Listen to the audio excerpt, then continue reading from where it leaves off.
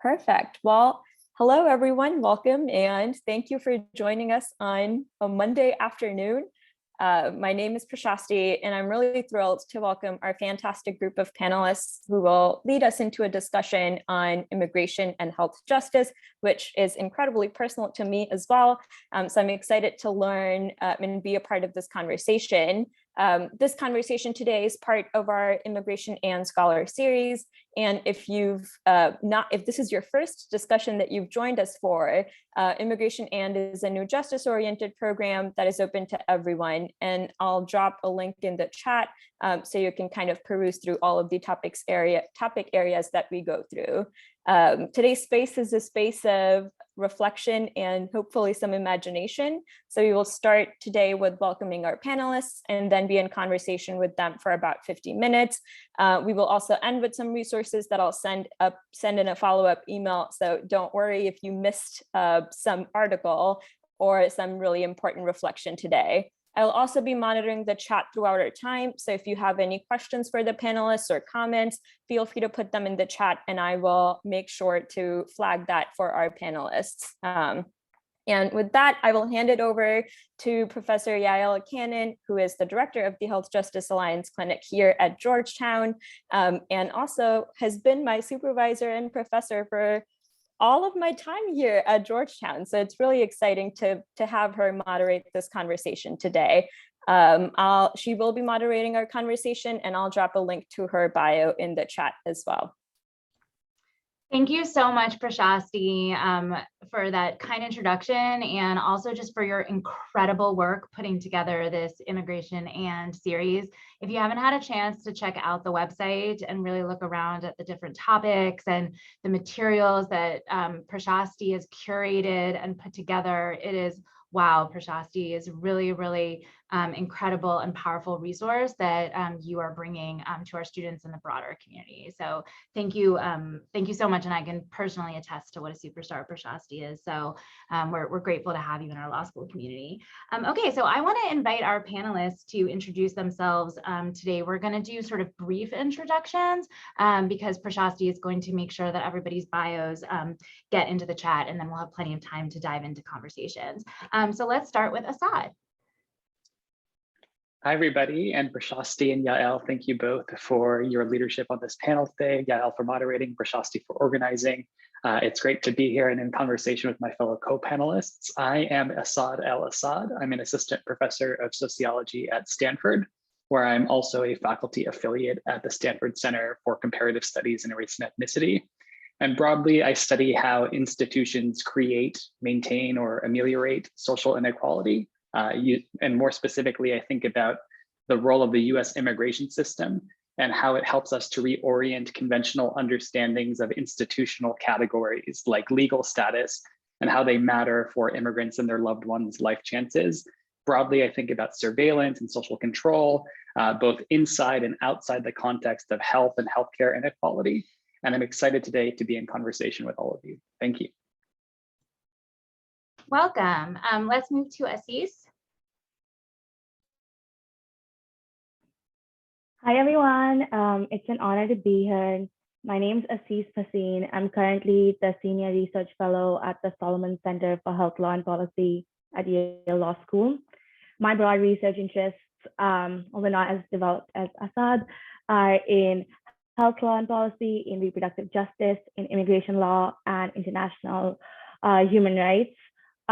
Before joining the center, I actually worked at the National Partnership for Women and Families, and I worked on reproductive rights and maternal and infant policy. And I was actually on some of the calls that Mara used to lead, which is really funny. And so I also was born and raised in New Delhi in India and have had my fair share of terrible experiences with the American immigration system. So I seek to bring all of that to this conversation today. Such an honor to be here, and thank you to Prashasti for organizing. Thank you so much. Medha? Good afternoon, everyone. I'm Medha Makhlouf. I'm an assistant professor at Penn State Dickinson Law, and I'm the director of the Medical Legal Partnership Clinic there, where we mostly focus on representing immigrants in public benefits matters, mostly access to healthcare. So I am really excited to be here, honored to have the invitation to be sitting here virtually with my co-panelists. I've heard of each of you and each of your work, cited you in my own research, which focuses on issues at the intersection of health law and immigration law, but hadn't met any of you yet. So it's very exciting to be here. Thank you, Prashasti, and thank you, Yael. Thank you and welcome. And last, Mara. Hi, everyone. I'm also really happy to be here today.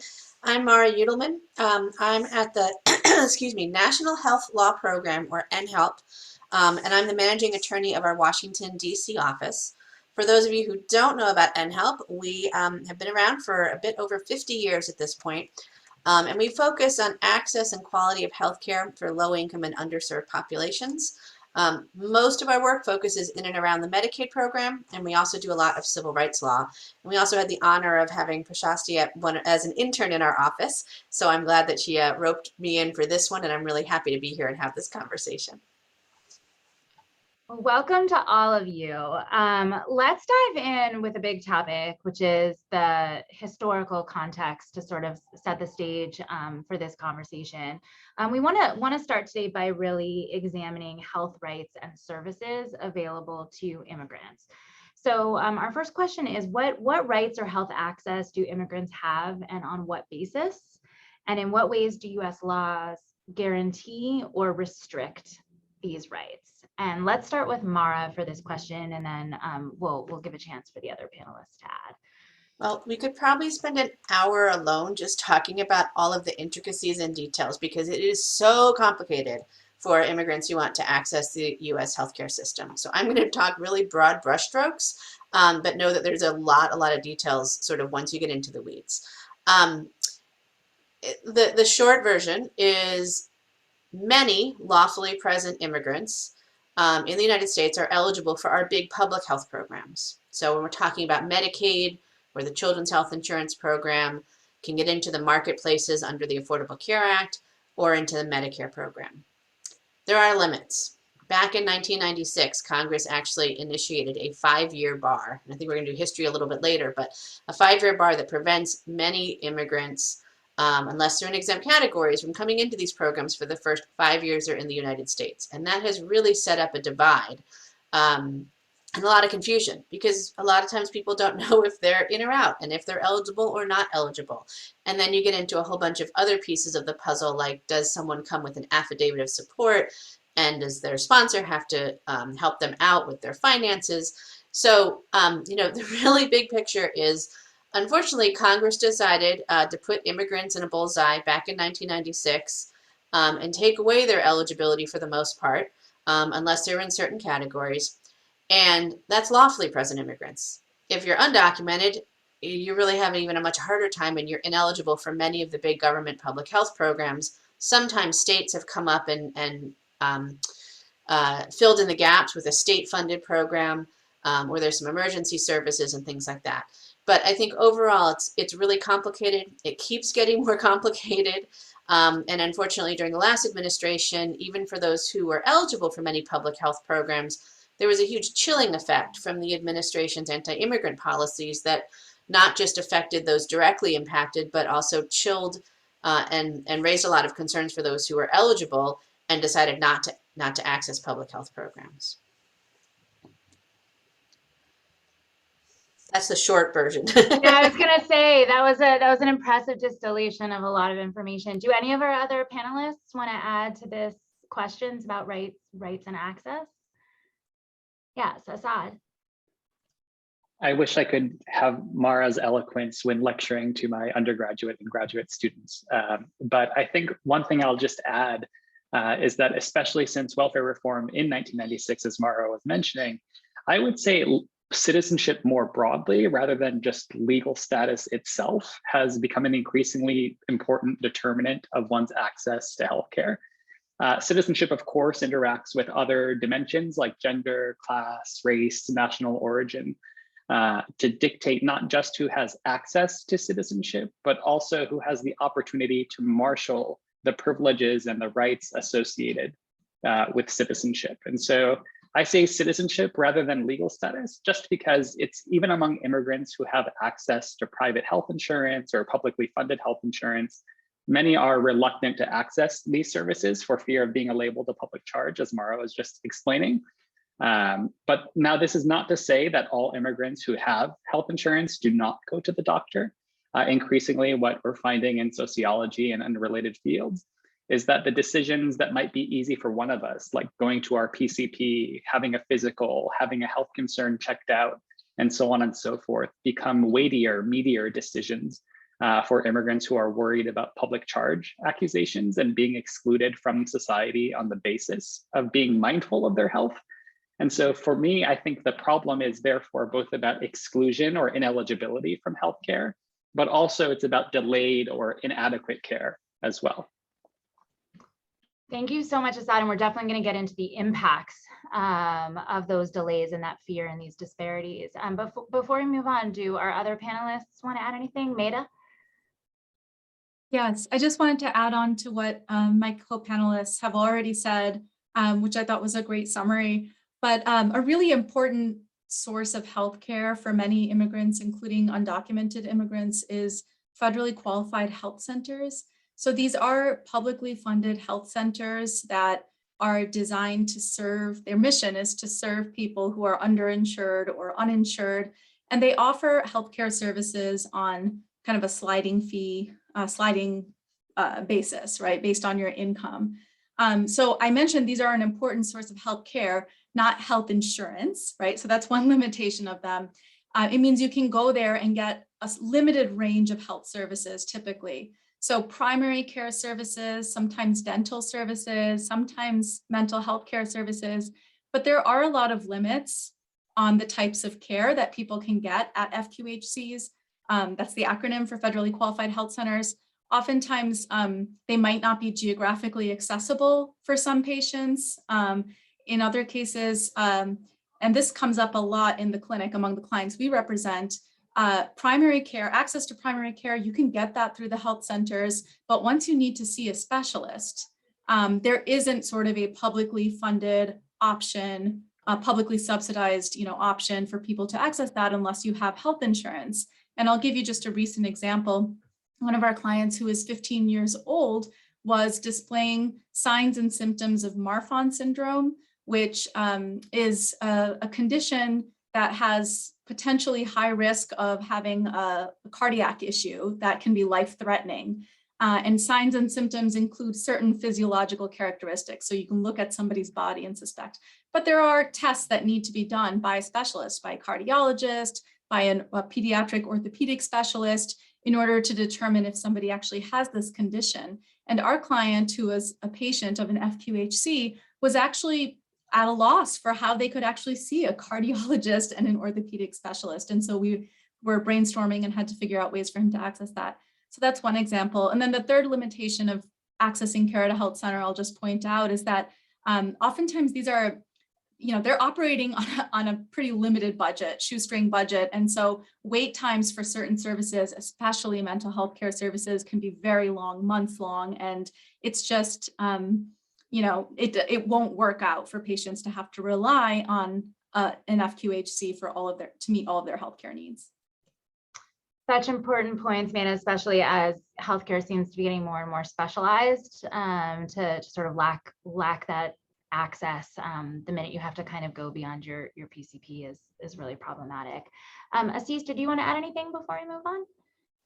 I do not really want to add anything. I think you guys covered the landscape as such, but I do want to say that I think access to healthcare, just so that everyone attending knows, is also so impacted by the language of providers and their cultural competencies, whether patients can go ahead and trust them, whether they feel like this doctor is going to go ahead and report them to immigration enforcement, which has happened in the past, where someone, like there are incidents where people put names down in their hospital records and nurses have gone ahead and said, that's not the name that you have on your ID, and gone and reported them to law enforcement. And then there's also this idea of when you create illegality as such, they are living in rural areas, they're living in areas where they cannot access health centers because they don't have transportation.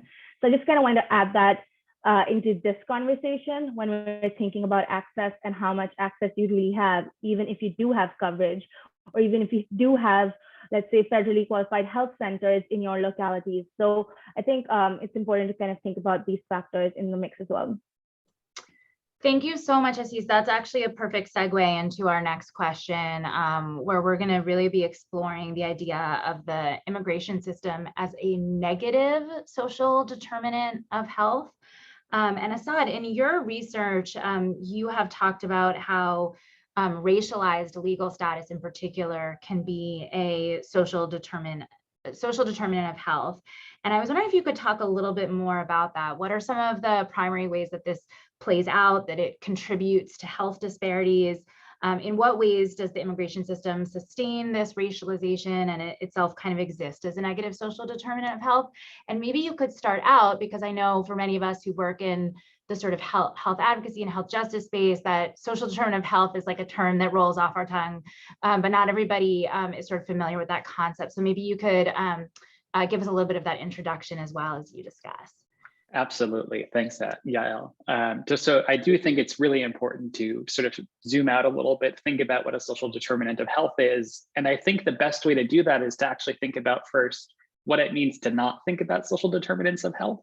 And so when you're a physician and you're thinking about the factors that contribute to health disparities, historically you emphasize individual factors like diet, exercise, or genetics. And so you would say that for, let's say, every white person who is affected by stroke, for example, there are 2 Black people who are also affected. And then you as a physician might say that this disparity owes to something related to diet, exercise, or genetics. Now, a sociologist would balk at that, just absolutely sort of reject that assessment. And so a social determinants of health framework recognizes that there are more structural factors at play. And by structure, I just mean some kind of larger pattern of social relationships that dictates our life chances, whether we see them or not. And so we all recognize what some of these factors are, with some of the famous ones being class status, racism, and stigma on the basis of a marginalized identity.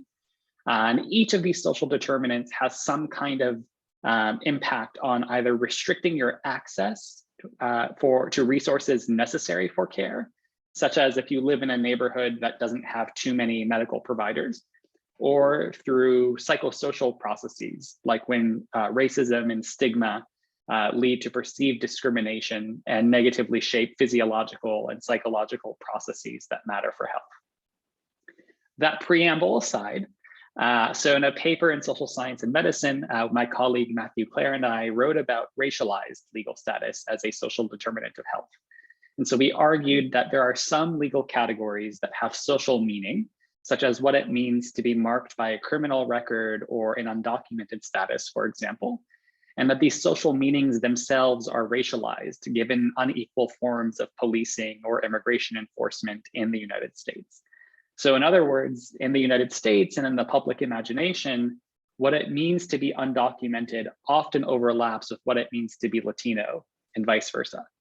And this is why we call legal statuses racialized. And we argue that they have independent effects on health.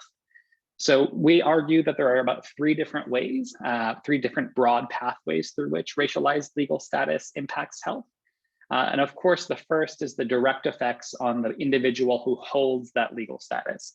And I don't need to explain that to this audience, right? So if you are undocumented, you simply have less access to care than someone who is a permanent resident or a US citizen. Another way is through the spillover effect of your legal status on your household or family members. So the family members of people who hold that racialized legal status are also affected when their parent is excluded from healthcare, or their parent delays their own care, or perhaps delays the child's care simply because they can't risk taking the child to the medical center. And finally, and this is outside of family relationships, we argue that there are situations in which people who are not themselves immigrants or related to immigrants suffer from the racialization of legal status, such as when we make assumptions that because someone is Latino, that they are either undocumented or related to someone who is, and for that reason, decide whether to exclude them or include them into various kinds of either policing, immigration enforcement, whether to grant them health benefits, healthcare or not, and so on and so forth, based on assumptions that we make just given their racial identity and the assumption that their racial identity makes them undocumented. So in each case, to conclude, who we as a society mark as undocumented is itself a function of unequal access by race and national origin to forms of legal status that include a pathway to citizenship. And right now we say that, to be Latino overlaps with what it means to be undocumented in the United States. But there are rapidly growing proportions of undocumented immigrants coming in who are either Black or Asian, and who will soon make up a larger share of the undocumented population who experiences these dynamics that I just talked about, or perhaps other ones that we have yet to uncover. Thank you so much. And I think it's been really powerful to see the impacts of this, of the racialized legal status as a negative social determinant of health during COVID. And sort of, hearing people say, oh, COVID's going to be like the great equalizer and going to affect all people the same. And the things that you were just talking about, Asad, really played out in showing that these long-standing disparities and structural racism behind them really did impact people differently during the pandemic. And Medha, I know that you and I have had conversations about the idea of health justice being racial justice, and we had the honor of working together on a paper looking at that sort of through the lens of clinical legal education as well. But I didn't know if you wanted to add anything to Asad's comments. Yeah, I just thought that was terrific, and I'm really just have been very interested in Asad's research, and like I mentioned, I've cited it as well in my own work. But I think the only thing I will add is that, we've been theorizing in the context of medical legal partnerships, this work that we specifically do in our clinics about how we can advance health justice, and recognizing that racial justice is an essential component of health justice. You can't really move towards health equity. You can't advance health equity without addressing racial injustice as well. Thank you. Asees and Mara, did you want to add anything before we move on to talk a little bit more about reproductive justice? Okay. All right. So in addition to being health justice being racial justice, immigration justice is also reproductive justice. And Asees, you have an upcoming article with the Immigration Journal. Congratulations, where you are using a reproductive justice framework to talk about immigrant health and rights. So can you kind of walk us through those connections? Yeah, for sure.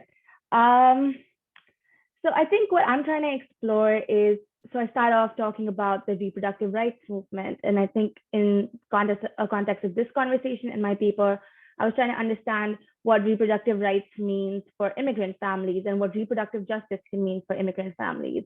So maybe I can give a little bit of background on how the reproductive rights movement failed immigrants.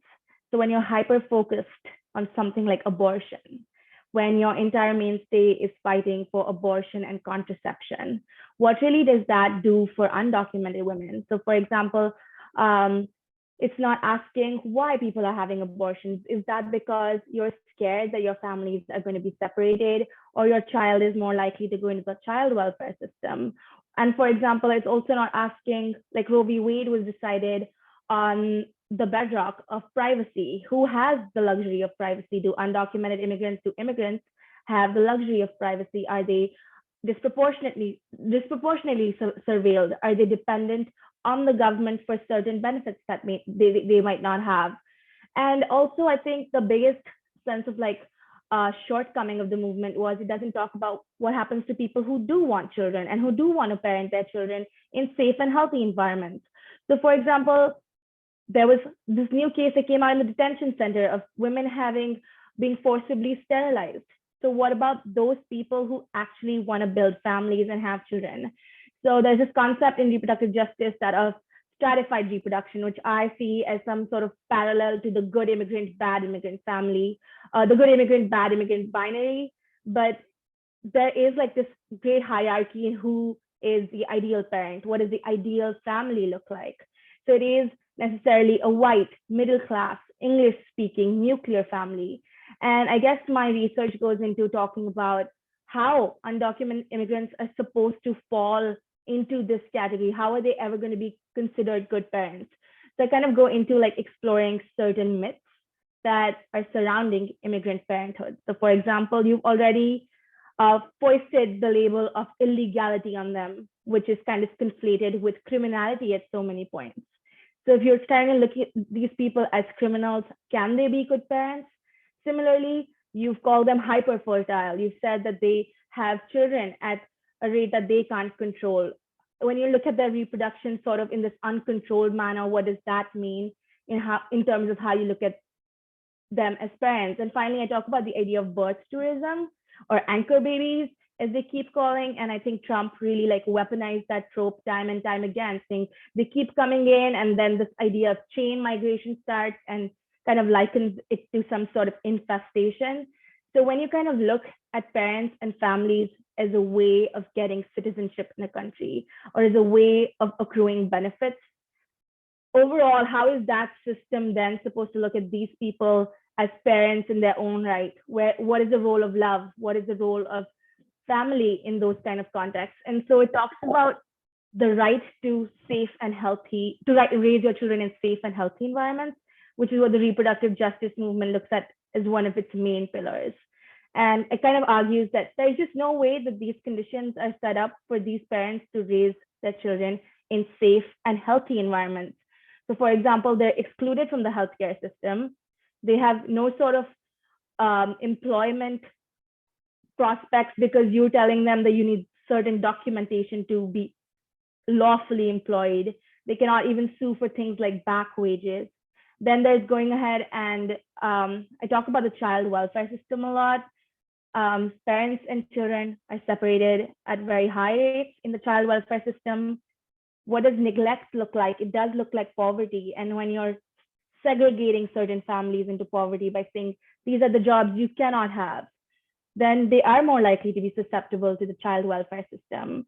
Also, there have been judges in child welfare courts that said, you brought your child here and you are here illegally, and that in itself makes you a bad parent. So by that logic, can any immigrant parent be a good parent worthy of keeping their children? And similarly, it talks about the mental health of children and their parents. If parents are getting deported and immigrant judges are saying, no, your kid must stay in the United States, your US citizen child must stay here because they might get better educational opportunities, what are you then doing to the health of this child who's probably not even a teenager at this point? So kind of looking at health more expansively, looking at how you build healthy families and how that in itself is so entwined with reproductive justice, which looks at all these intersecting forces of housing, of food, of education, of what kind of employment you're allowing people. And in that sense, I kind of argue that immigrant justice, health justice, reproductive justice, these justice movements are so entwined with each other and how their goals at the end of the day are the same.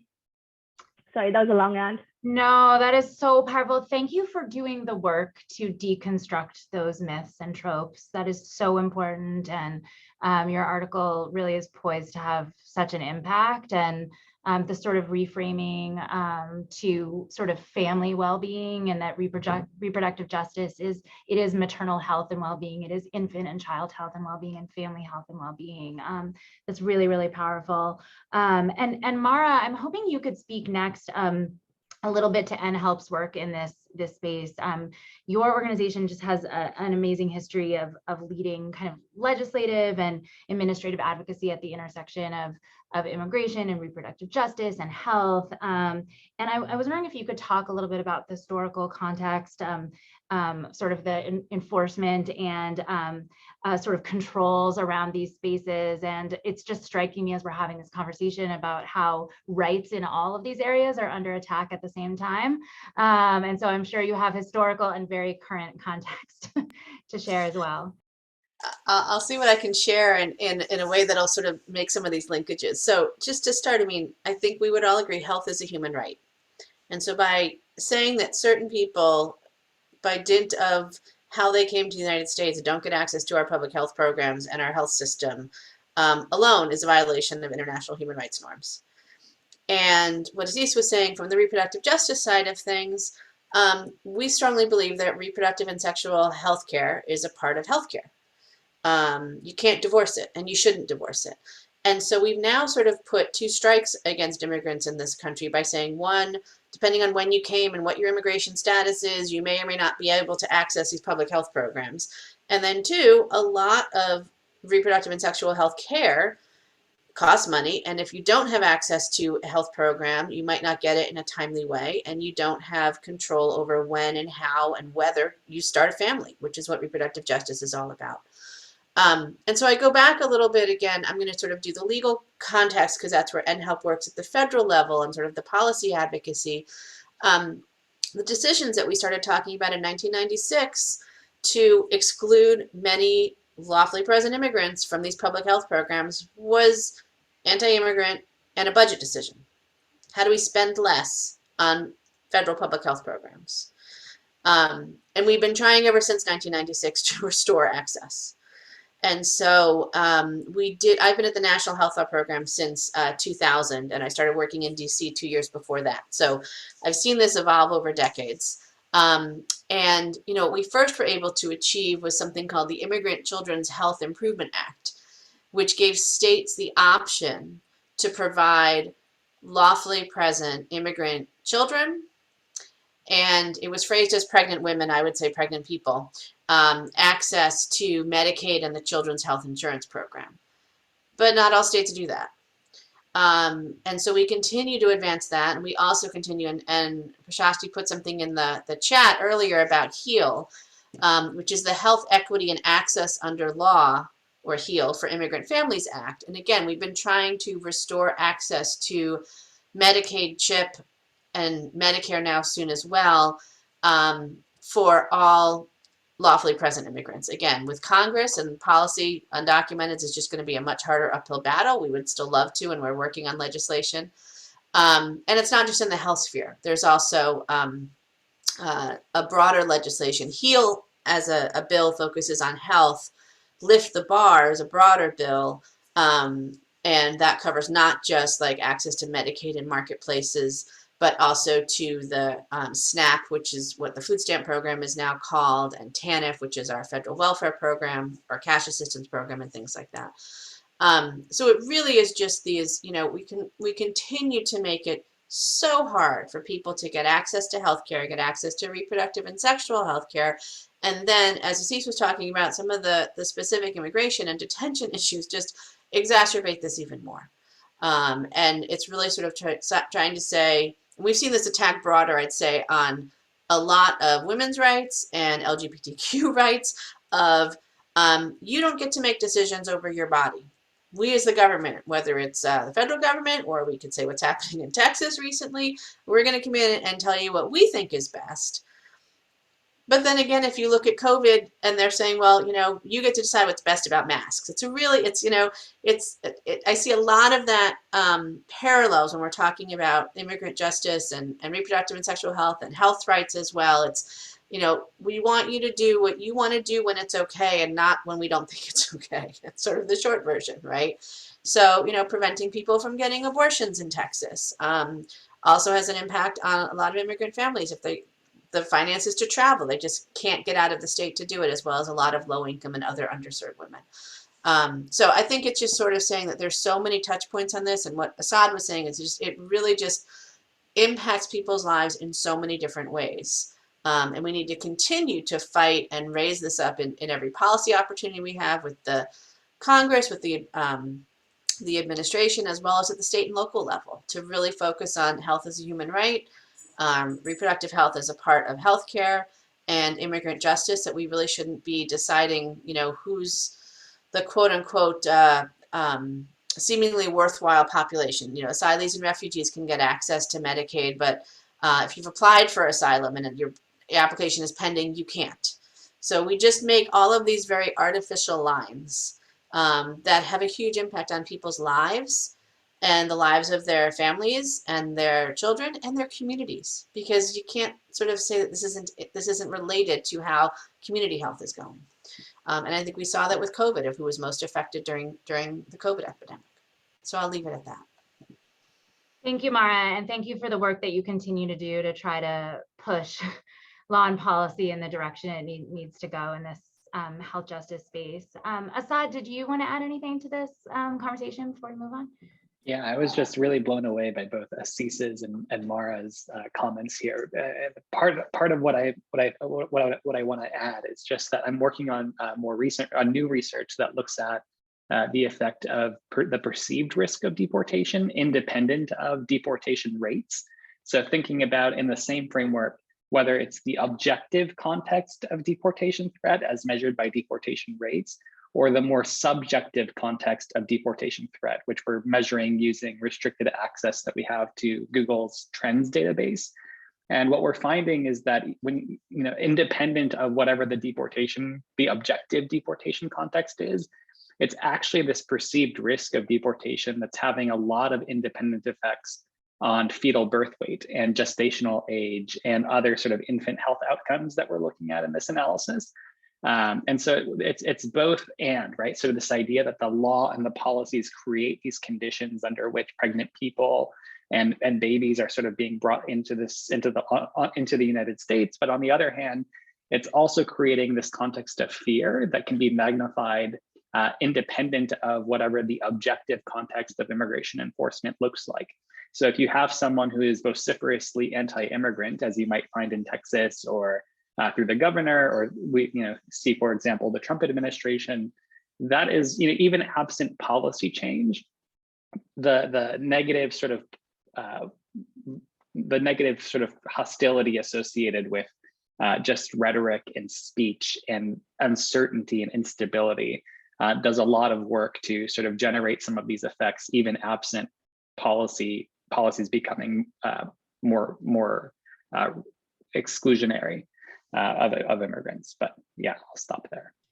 Wow, that's really important research, and you can kind of see how fear and trauma themselves become social determinants of health layered on the other ones that we've been talking about.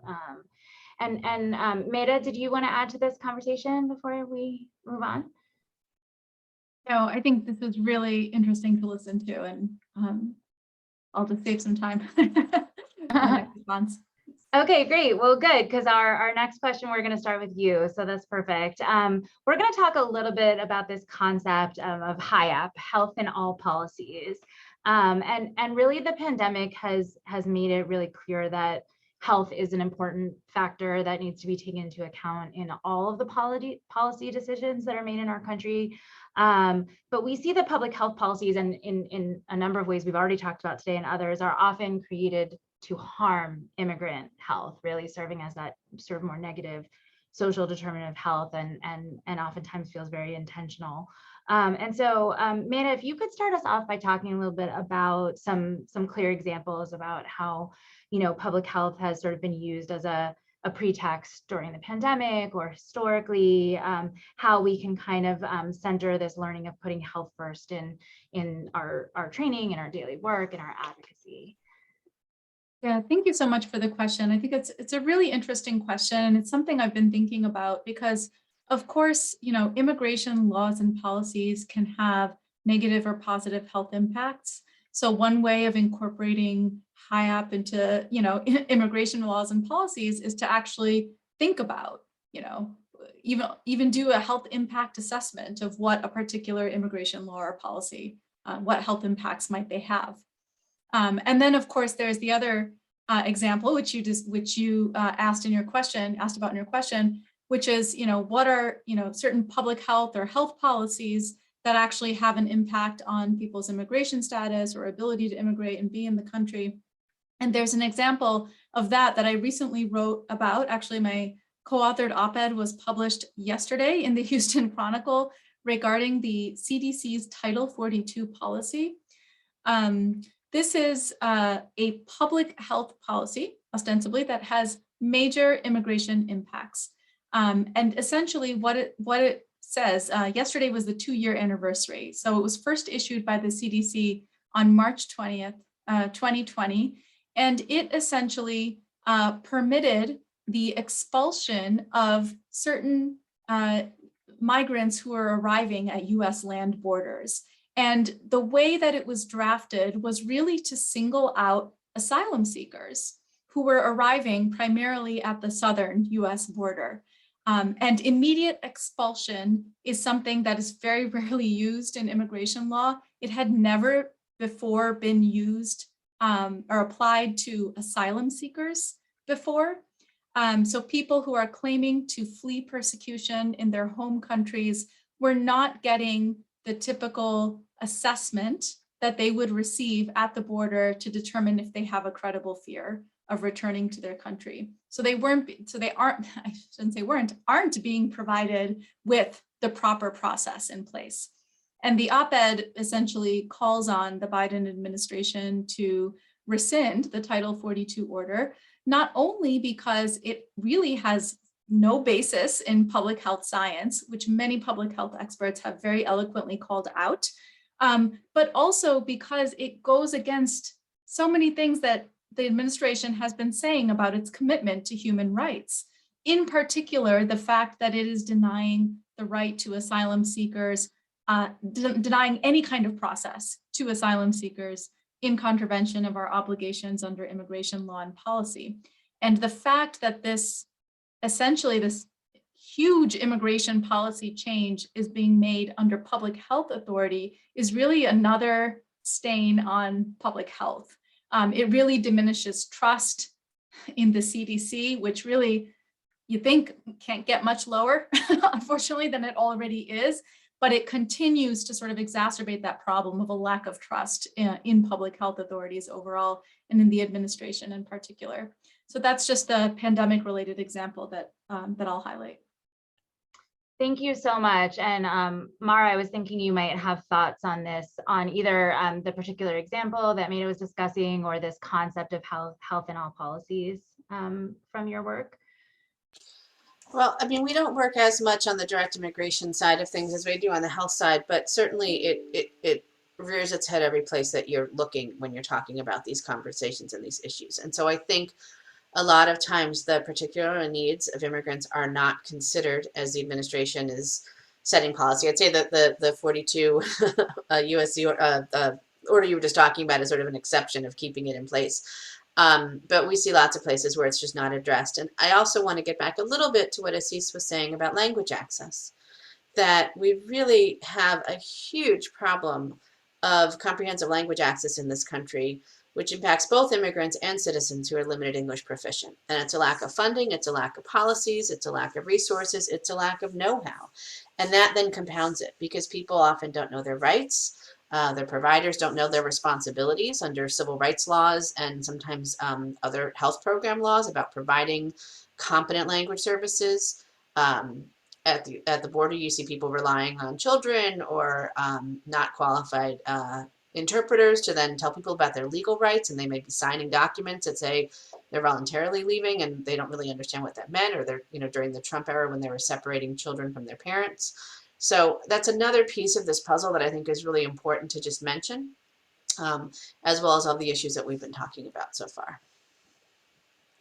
I don't know if there was something more specific you wanted. No, that was really helpful, and thank you for regrounding us also in the sort of concept of language access as just like an absolute like gateway to healthcare, and we can imagine how dangerous it would be to be sitting in the doctor's office having to make a really important decision and not understanding what's going on.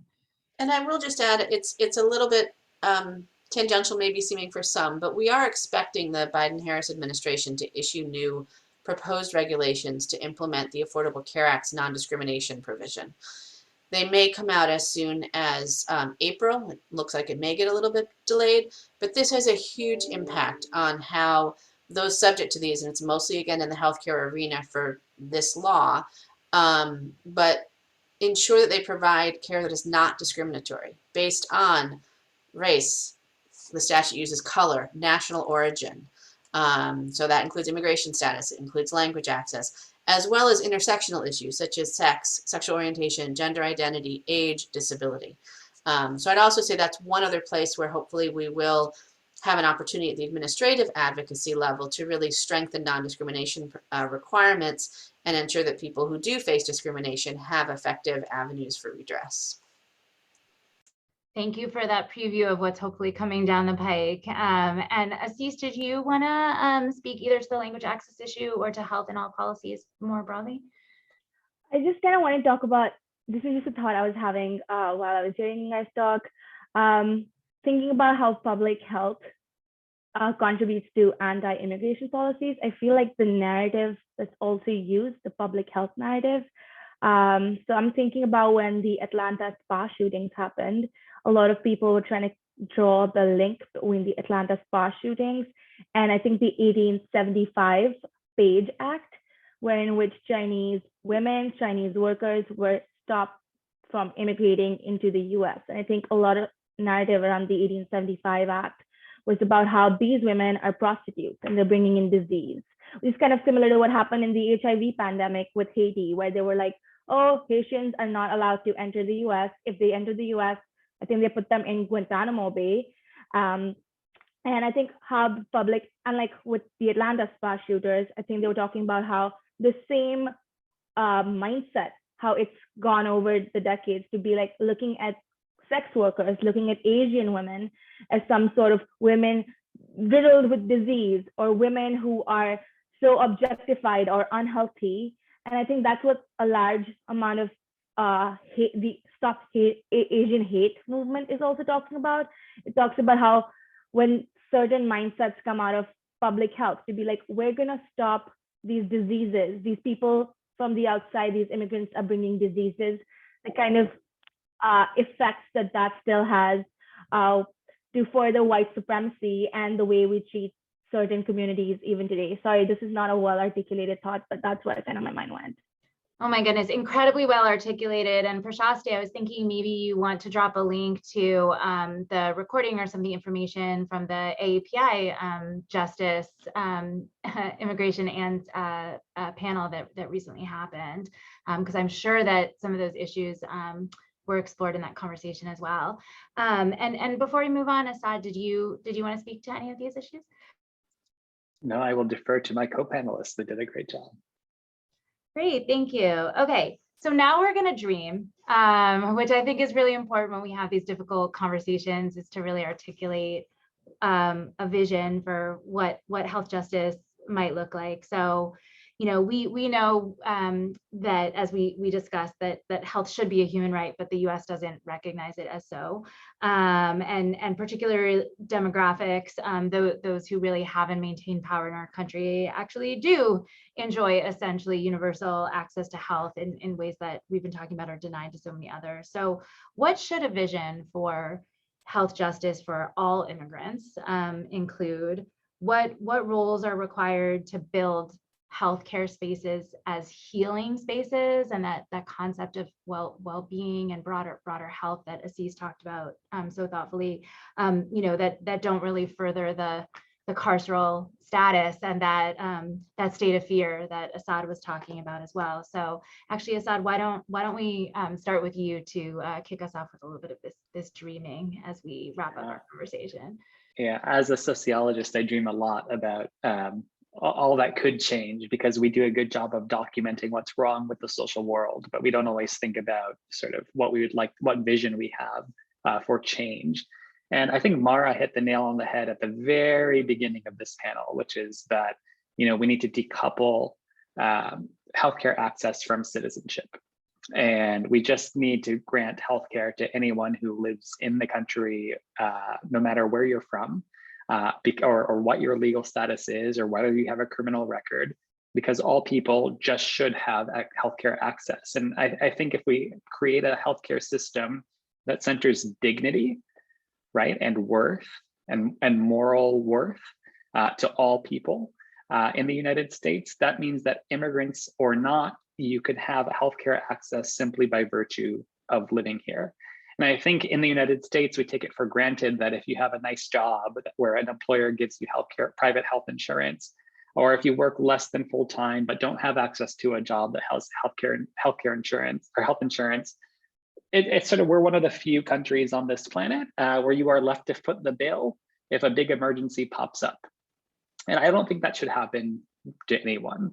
And in much of the Western world, it doesn't. And it's simply a policy choice in the United States. So what I would love to see is a healthcare system centered on affording dignity and dignity to all people, regardless of national origin, regardless of legal status.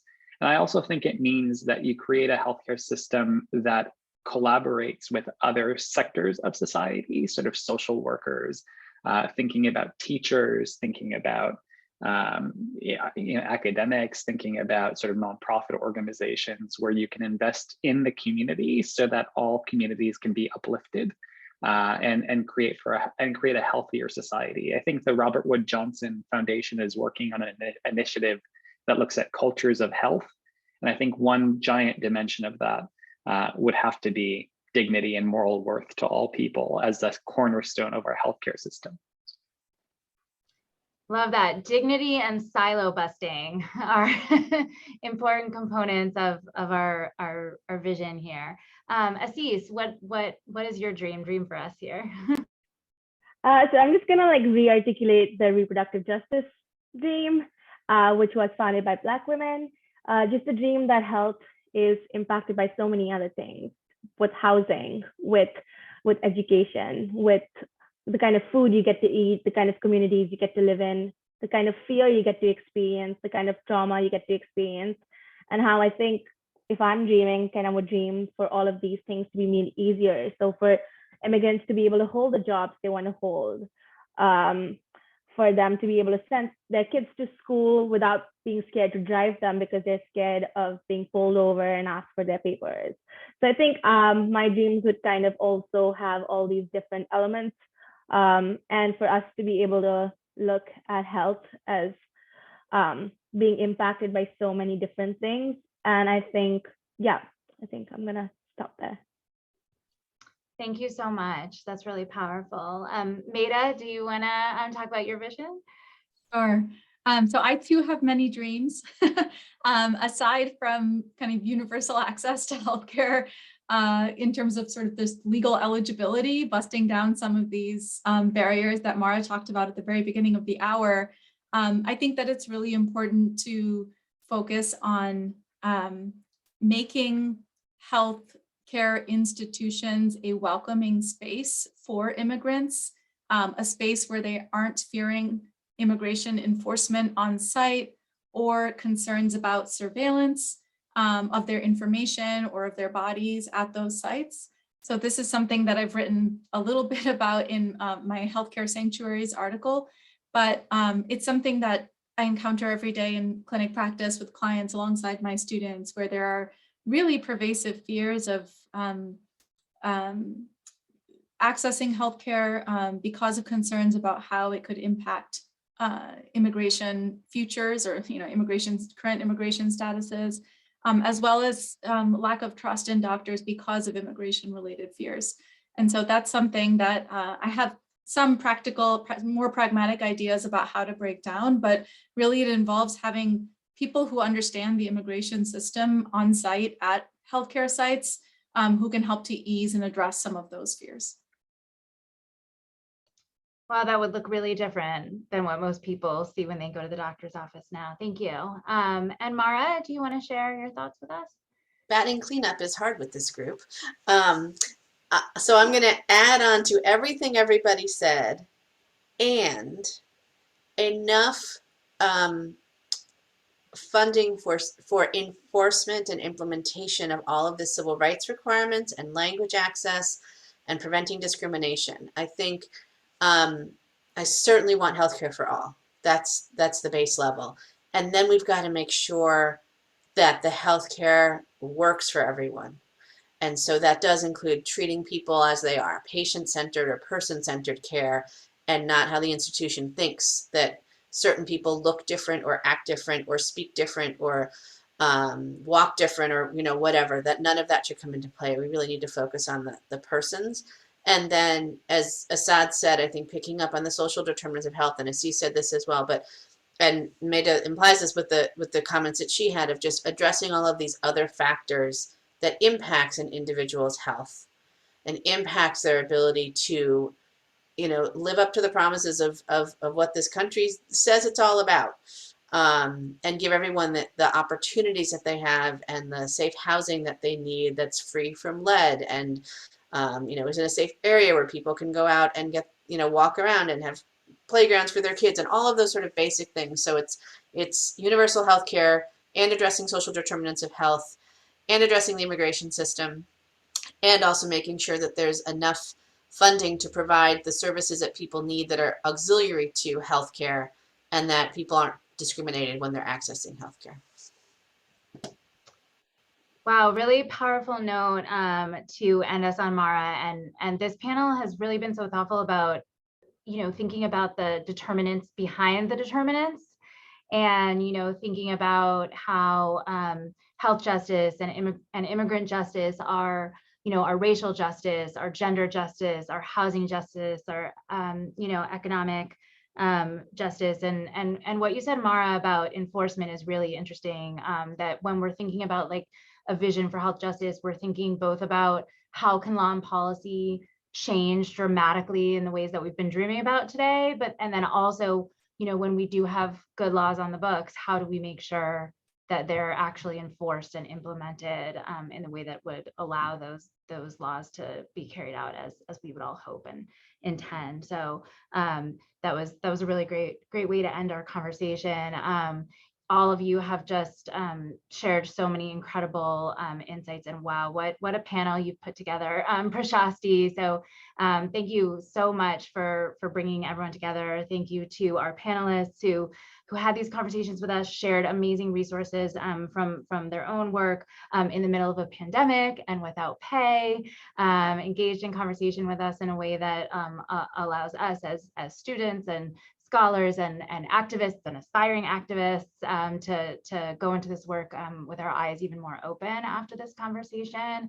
So thank you so much. I also wanted to remind everyone that the Immigration and series continues. So Prashasti has lined up just an incredible slate of programming, and the next discussion is on racial capitalism on April 1st, and I think will promise to be a really great conversation. And I also just wanted to note that if you haven't opened the chat, please do, because Prashasti has been dropping all kinds of links and information. And wow, yeah, Medha noted this chat alone is such a rich resource of links and completely. And so Prashasti, I don't know if there's a way, for if more kind of resources came up through this discussion to add to the website. I know I like didn't have time to click on all the links while we were talking, and others might want to access the resources. So thank you so much. I'm mindful of the time, but thank you to all of our panelists and to Prashasti for her wonderful work organizing.